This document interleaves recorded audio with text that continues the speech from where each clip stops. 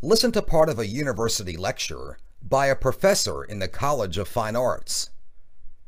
Good morning, everyone. Today I want to start with a look at perspective, visual perspective. First, we'll look very briefly at the kinds of perspective, and then we'll look very quickly at its history in art. Just in case you don't know what we're discussing, perspective in art is the way that artists represent three-dimensional objects on the two dimensions of their canvas. There are two basic sorts of visual perspective: aerial perspective and linear perspective. Aerial perspective, and aerial just means air or atmospheric, not your view from an airplane.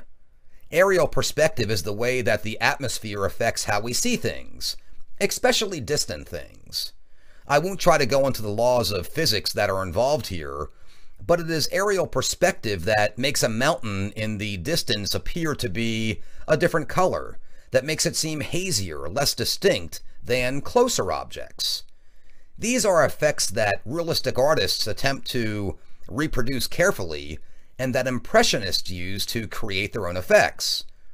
Just think of many of Turner's landscapes or cityscapes like his Ditto building Carthage to get an idea of how the air can affect what we see. Another perspective, linear perspective, is the way that things seem to get smaller the farther away they get. A classic example of this is the way we perceive railroad tracks or a line of telephone poles running away from us.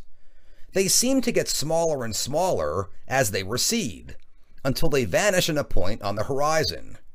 And this point is appropriately called the vanishing point. This effect happens whenever there are parallel lines like the two train tracks or the tops and bottoms of the telephone poles. Now, an object or a scene may have more than one vanishing point. A cube, with one of its faces squarely perpendicular to us, has a single vanishing point, directly behind it and on the horizon. But a cube with one of its vertical edges facing us has two vanishing points instead, one for the right-hand face and one for the left-hand face. And these points are off to the right and left respectively, on the horizon, where the parallel lines of the faces seem to converge. And then, if this same cube is viewed from somewhat above or below, it will have three vanishing points.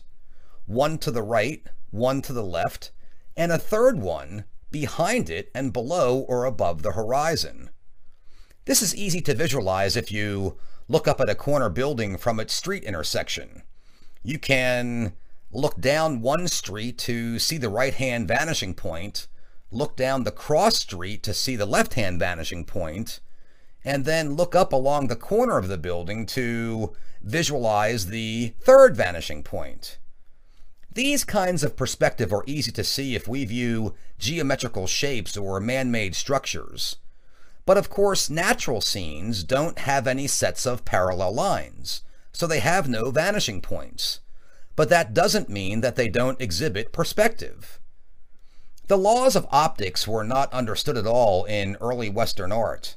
Artists recognized the effect, of course, but they were unable to figure out how to represent it accurately. From the paintings inside the Egyptian pyramids to the illustrations in medieval Christian churches, nearer people were simply drawn larger, or drawn lower in the picture, or drawn so as to cover the people farther away. There was no real understanding of how the physics of perception worked. They never got a grasp on the idea of the vanishing point. And then came the Renaissance, the rebirth of learning and the sciences. This was a hotbed of scientific thought: Da Vinci, Galileo, Newton, and Filippo Brunelleschi. Brunelleschi was a 15th century Florentine architect who conducted several optical experiments and discovered the rules of perspective. With what he learned, he drew a very accurate picture of San Giovanni Baptistry in Florence, and then he made a small peephole in the middle of it. He carried it into the street and amazed all his acquaintances by having them look through the peephole from the back of his picture. First, at a mirror which reflected the image into the viewer's line of sight, Then, Brunelleschi would quickly withdraw the mirror, leaving the viewer peeping at the real baptistry, whose perspective had been replicated perfectly. Other Italian artists, notably Donatello, began using Brunelleschi's methods for accurate linear perspective, and his ideas soon spread throughout Europe.